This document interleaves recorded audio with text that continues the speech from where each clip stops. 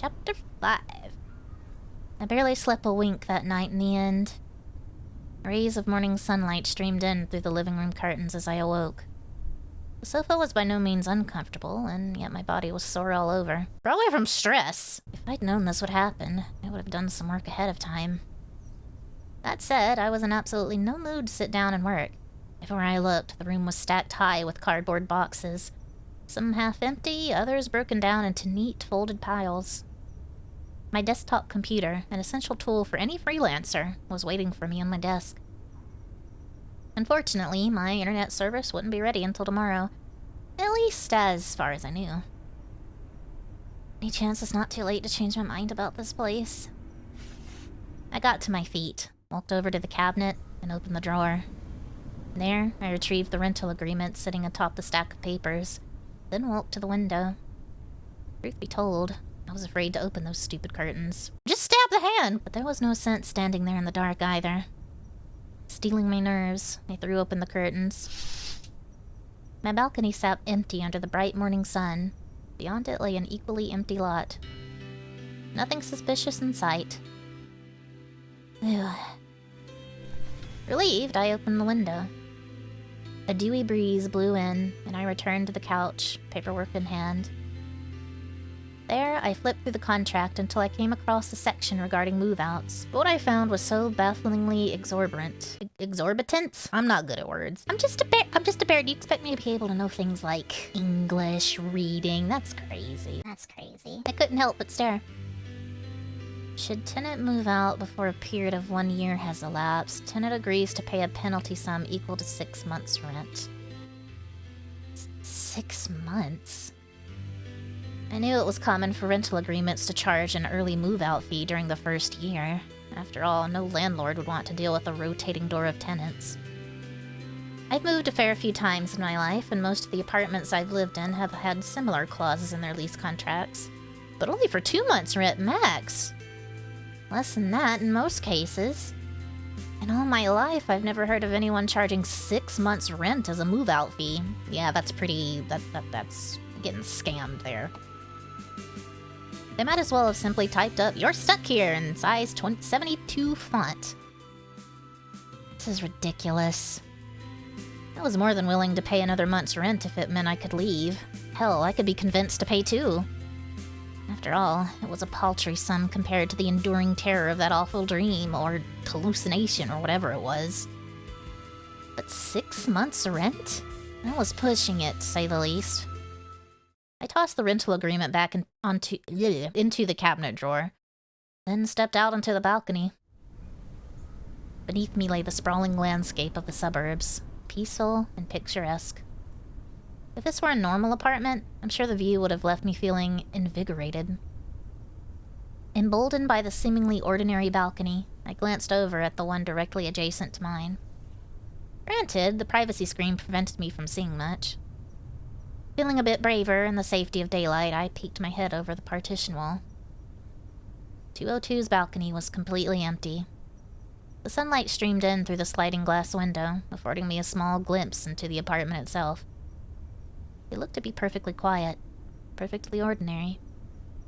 And yet, I sensed an indescribable darkness inside. It's because we didn't give them the detergent. We left them out, and now they're offended. Low-key, I kind of hope that's how this ends. I don't think it will, but that would actually be very funny. If we got to the end of this game and it was just the ghost was sad we didn't give them the detergent to make them feel part of the community. The apartment felt cold, somehow. Perhaps it was just the stark emptiness. Maybe it would have felt differently with some furniture in there. Just as I lowered myself back onto my own balcony, I was caught off guard by a sudden voice calling out to me. What? Morning!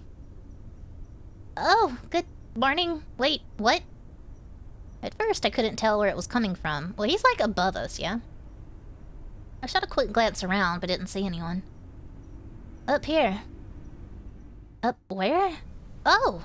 Right. I looked up, and immediately it all made sense. Hey, bro.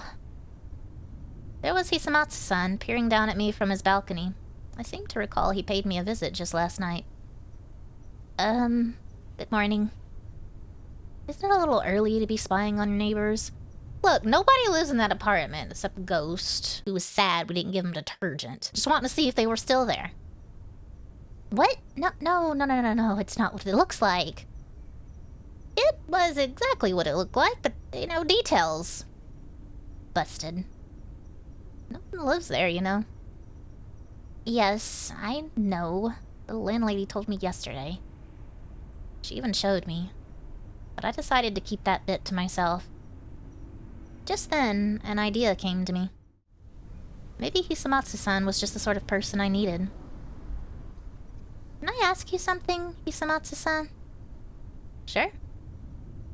Do you know anything about who used to live there? Afraid not. 202's been empty ever since I first moved in. I see. I imagine that's the case for everyone else who lives in this complex, too. Then who should I talk to? The real estate agency, maybe? Of course! Why hadn't I thought of that? Oh, I somehow doubt they'd be eager to talk about it. Huh? What do you mean? Well, I gotta get back to my thesis. Enjoy your day! Damn, left us hanging. No sense trying to stop him. I suddenly had somewhere important to be. Hisamatsu-san vanished back inside his apartment, and I heard the sliding doors shut. But more importantly, I had just obtained a valuable lead. I left the chilly balcony and headed to the bathroom to get cleaned up.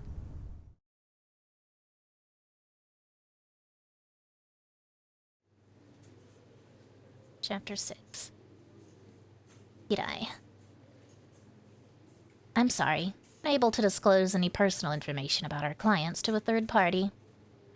This was the first thing my agent said to me when I arrived at the real estate agency, that had helped me sign my current lease. I need a drink. Hydration, everybody, hydrate. Chloe What?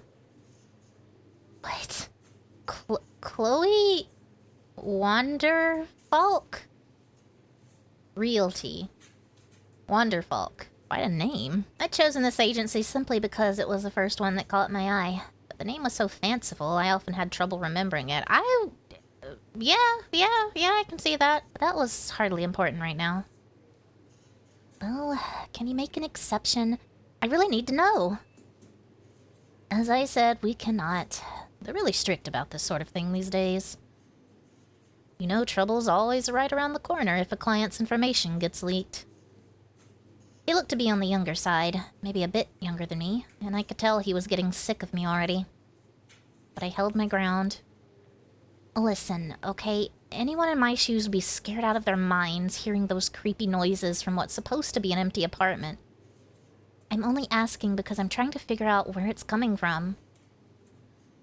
Why don't you try asking the landlady? She lives right there on the same property, doesn't she? I already tried that, and she won't tell me. Why do you think I'm here asking you? If she won't tell you, then obviously we're not at liberty to either. Judging from his tone, he was used to dealing with this sort of thing. I fixed him with a sharp glare, but just then, another client walked in, family in tow. Welcome! Her voice casually breaks the tension hanging in the air. I'm sorry I can't help you. I'm afraid I'll have to ask you to leave. You think this is a joke? I didn't come here to mess around. After everything I'd been through, and my brand new apartment no less, I wasn't going anywhere. Thanks to your agency, I live in a place where I'm too scared to sleep at night. Don't you think you ought to do something about that? Well, I... Never underestimate the backbone of a woman who works freelance. Being a bit of a Karen right now, aren't we? I knew exactly how to handle this. My voice echoed through the office, and my agent paled. I shot a quick glance around, and sure enough, the family that had just walked in was now looking nervously in our direction. And I knew the agent had noticed this too. Of course, our agency will do everything in its power to resolve the situation. Right this way, please. Looking utterly defeated, the agent led me into a cubicle in the back corner of the office. Clearly, he knew he was at the end of his rope. The area was furnished with 2 couches facing each other. Perhaps this was where they held business negotiations. The agent gestured for me to sit on one side, then spoke in a low voice. I'll be right back. As he disappeared beyond the partition, the receptionist brought me a cup of tea. By the time I'd taken my first sip, the agent reappeared with a file folder in hand.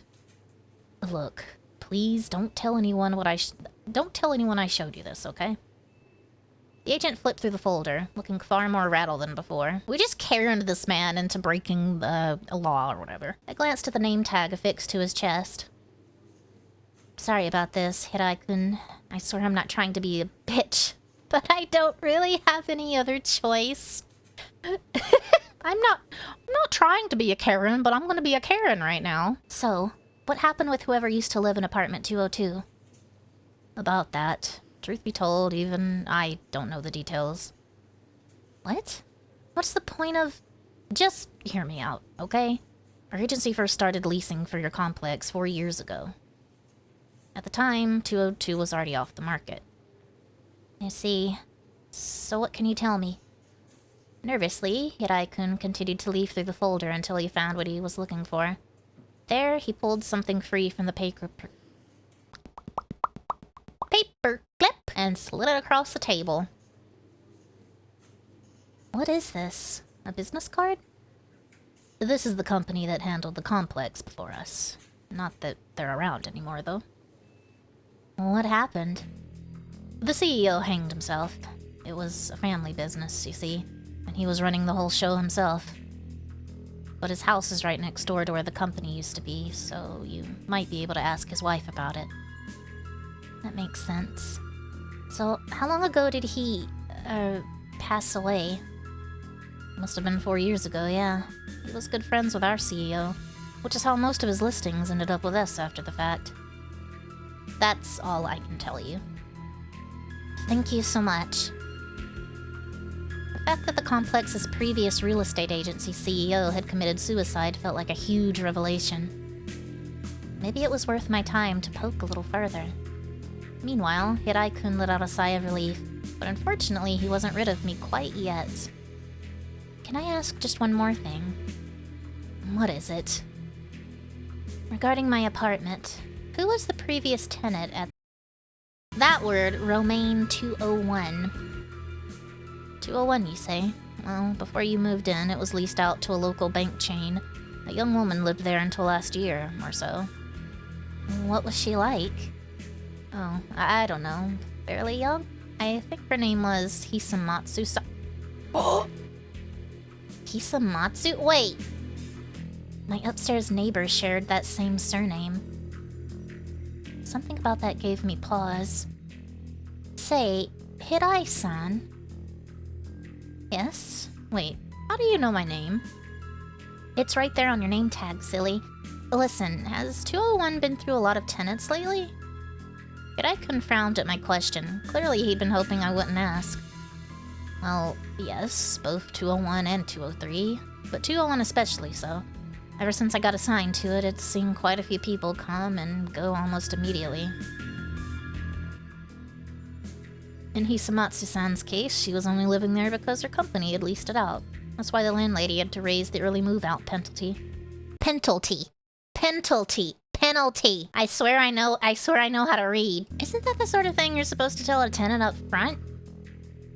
There's no legal obligation to tell a short-term tenant unless the situation requires it. After all, there haven't been any incidents in that one. He had a point. Regardless, I got the sense I'd learned all I could from this lead. I downed the rest of my cold tea, then stood up from the couch. Instantly, I could see relief flood over Hirai-kun's face. Thank you for all your help, Hirai-san. You're welcome, but please don't tell anyone Don't worry, I won't. Oh, but I might be back if I think of any more questions. Give me a break. I could see "please spare me" written all over his face, but I ignored it and walked out of the cubicle. The family from earlier was still in the office, and they looked at me with concern as I approached. I put on my best smile and turned to look at Hirai-kun behind me. Thank you so much. The customer service here is absolutely incredible. Now I can sleep soundly. My deepest apologies for the trouble. I'll be in touch next time I need anything. Of course, we look forward to assisting you. The family looked relieved to see that the hard-working agent had successfully resolved the complaint. With that little matter taken care of, I headed for the door. Thank you again. Come back any time. Only please never come back again. You've given me heart palpitations, lady. Yet Icon called after me, his voice stiff and robotic.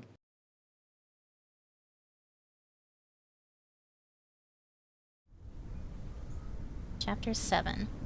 I arrived at the real estate agency, Koyama Realty, a little before noon. I wasn't entirely sure what I was doing here, or what I planned to ask, but at this point, anything was preferable to just cowering in fear.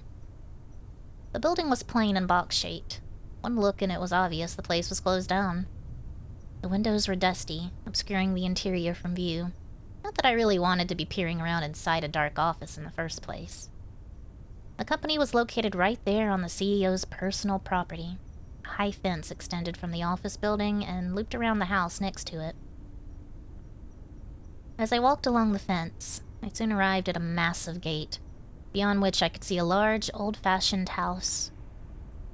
The gate itself was locked up tight, but there was an intercom system affixed to the fence.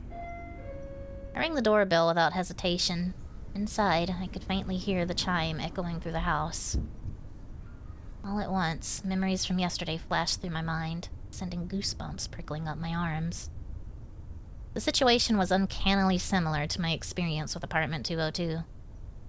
Maybe she wasn't home at the moment. I rang the doorbell a second time. No answer. If you're looking for Koyama-san, she's in the hospital. Ah! A sudden voice behind me made me jump.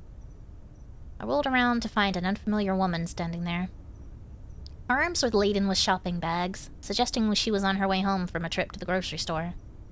Her apron was embroidered with the name Alessa Zero? That sounds more like a handle than an actual name. You're here to visit Koyama-san, yes? Well, I'm afraid she's laid up at Hashida General Hospital. Is she sick? Can't say. Haven't seen her since the ambulance came and took her away. They say she's been getting worse and worse ever since her husband passed away. There's a term for folks like this. Gossipy old neighbor ladies. Perhaps coming here was worth my time after all. How did her husband pass? Oh, you haven't heard? The man hanged himself. Sure enough, it seemed Alessa Zero was more than willing to talk. So far, so good. At this rate, maybe I could get something useful out of her. He hanged himself? Was his business not doing so well? Don't be silly. He was practically the king of this district. He'd sell the property on his name alone. Why commit suicide, then? Well, just between you and me. Yeah? Yeah, you and me and everyone in a 10-mile radius, I thought. Naturally, I kept that little comment to myself. They say he was possessed. Possessed? By what? A ghost, obviously. Just before he died, Suzuki-san across the street heard him screaming. It's all my fault. Please forgive me. I wonder if he got on someone's bad side then. I mean, with all that money he made, he was bound to land himself in trouble at some point. Plus, I heard he was quite the philanderer. No kidding. They say he had a mistress living in one of his apartment properties, too. If you ask me, it's no wonder he got himself possessed. It all sounded like typical neighborhood gossip, but something about it struck out to me. Stuck.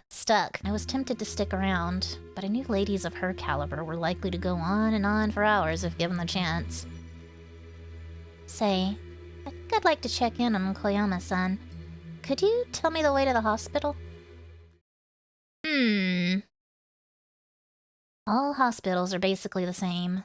People milling about in a frenzy, many of them clearly unwell. I knew better than to expect any different.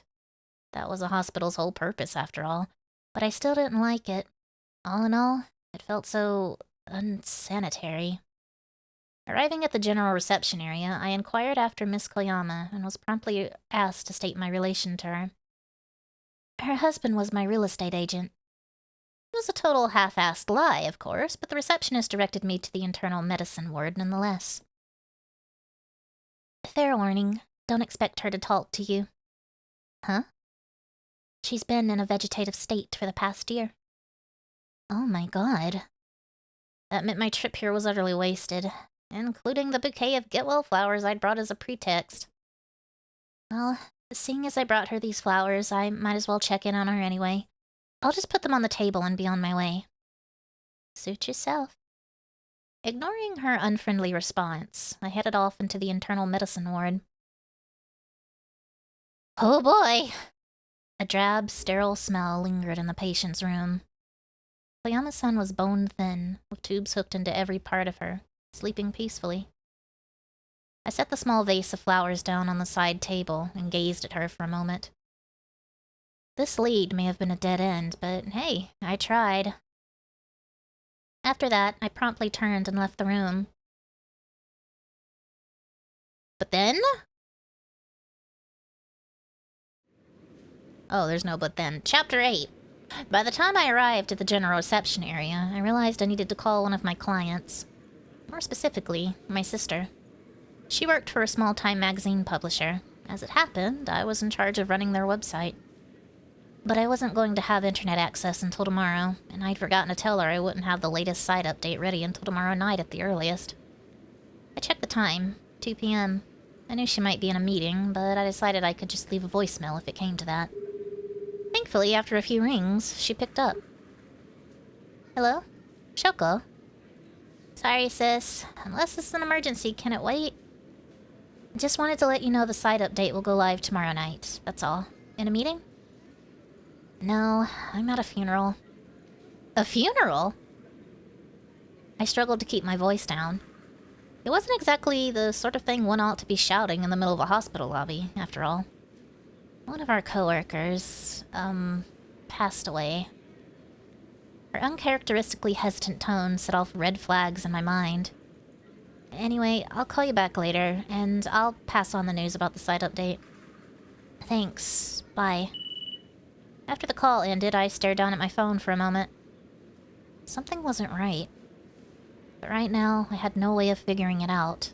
I'd just have to ask Shoko for more details later. With that taken care of, the only option left, loath as I was to admit it, was to go home and dive into work. But just as I was about to head for the front entrance, someone tapped me on the shoulder. Hmm? Aha! Yuki-san! I knew it was you. I turned to find my upstairs neighbor, Hisamatsu-san, standing there, grinning from ear to ear. You know, I thought this guy was, like, just an okay dude. He was just very tired, but, ever since we went to the real estate agent, looking at him in a different light now. We certainly seem to be crossing paths a lot these days. You sick or something? No, just came to visit someone. What about you? Yeah, just passing through myself. It's a stone's throw from my campus, after all. His tone was light and casual. Okay, wait. It's a stone's throw away from my campus, just passing through. You don't just pass through a hospital. Like, what do you mean, just passing through? Like, oh yeah, a hospital's like right beside my campus. I think I'll go inside and have a visit. Going in and out of the hospital. Like, what does that mean, Daigo? What do you mean, just passing through? This man is sus? This man is sus as hell? It sounded to me like he came here a lot. So who was he visiting? Admittedly, I was a tiny bit curious. Who are you here to see? Oh, it's my older sister. Can I ask what's wrong? Sure, I don't mind. He smiled like it was the most trifling thing in the world. My sister is sick. Here. He indicated his temple. What? Like a tumor, or... No. I guess you could say problem is more in here. As he spoke, he prodded my chest, just above my heart. Startled, I covered myself protectively, and he snickered. I'm sorry, I swear I wasn't trying anything funny. What do you mean? The problem's with her heart? It's her soul, really. Her spirit is broken, and her mind is destroyed. She's been hospitalized for nearly a year. That's awful. How did it happen? Maybe it wasn't right of me to pry, but somehow it felt like Hisamatsu-san was inviting me to ask. Did you visit your real estate agency today? Huh? The change of subject caught me entirely off guard. Hisamatsu-san shot me a highly amused look. I got the distinct sense this little punk was messing with me on purpose. I mean, you told me you were going, right? Right. Yeah, I stopped by. Find out anything useful? Kind of, but not really. Hisamatsu-san smirked like he'd seen it coming. See, my sister... Her name's Hisamatsu Noriko. Yeah? She used to live in apartment 201. You could have mentioned this to us before, Daigo. What? Apartment 201. Your apartment. Wait, but... Oh! Just then, I remembered Hirai-kun had told me that a young woman by the name of Hisamatsu had lived in 201 before me. As it dawned on me, Hisamatsu-san's expression shifted. So they told you, huh? They didn't tell me she was your sister, though. Did they tell you what that apartment did to her? What my apartment did to his sister? What was that supposed to mean? What do you mean by that, exactly? Fess up, Daigo. Daigo. I keep wanting to say Diego, but that's not it. Evidently, Hisamatsu-san had anticipated my question. Grinning, he shot me a double thumbs up. Let's say you get out of here. I'm gonna go with no, because you're being very weird about all this. Despite its age, Ashita General Hospital had clearly invested a fair bit of money in its facilities. In the center of the connecting corridor between the newly built internal medicine wing and the patient ward in the north wing, there sat a fancy little terrace, a hanging garden of sorts. Beyond, I could see a patient rehabilitation center with a large physical therapy space. The ceiling was paned with glass like a greenhouse, and evidently designed to be left open on sunny days. A pleasant breeze rustled in through the open windows. Oh, it's us. I took a seat on a bench next to a small flower bed, and Hisamatsu-san handed me one of the canned coffees he'd bought from the vending machine on the way here. But he didn't open his. Instead, he kept his eyes on me. Looking at him up close, I realized he was actually rather handsome. Maybe if he shaved and got a nicer pair of glasses. Anyway. So, why are we here again? As a single woman in her 30s, I wasn't used to being stared at so intensely. I attempted to steer the conversation into more productive territory, and Hisamatsu-san nodded and cracked open his can of coffee. About that, I'd like to ask you something first, if you don't mind. What is it? You lied about the cockroach yesterday, didn't you? No! It was hardly a question, rhetorical at best. For a second, I wasn't sure how I was even supposed to respond. Instead, I took a sip of my coffee. Be honest. What did you see? Before I could so much as swallow, he asked a second question. Evidently, my younger companion was the impatient type. Most people don't appreciate being rushed, you know. Yeah, well, I'm not here to make friends. Excuse me? I looked up at him sharply and found him staring firmly back. His steely expression contrasted sharply with his casual tone. Tell me, I need to know if you saw the same thing my sister did. What do you mean? I mean what I said. That apartment was what got her committed here. So I want to know what's lurking in 201. That's all. Yeah, you and me both, buddy, I thought. I saw a hand. A hand? Yes. At first I heard something hit my window, and then I saw a hand on the balcony divider wall. From there, I told him everything that had happened since the day I moved in. I explained how I'd seen a hand reaching out from inside 202, only for the apartment itself to be revealed as empty. Then I talked about the hand I'd seen last night, and finally, the series of events that had led me here. It felt like a ridiculously long story, considering it all started just 2 days ago.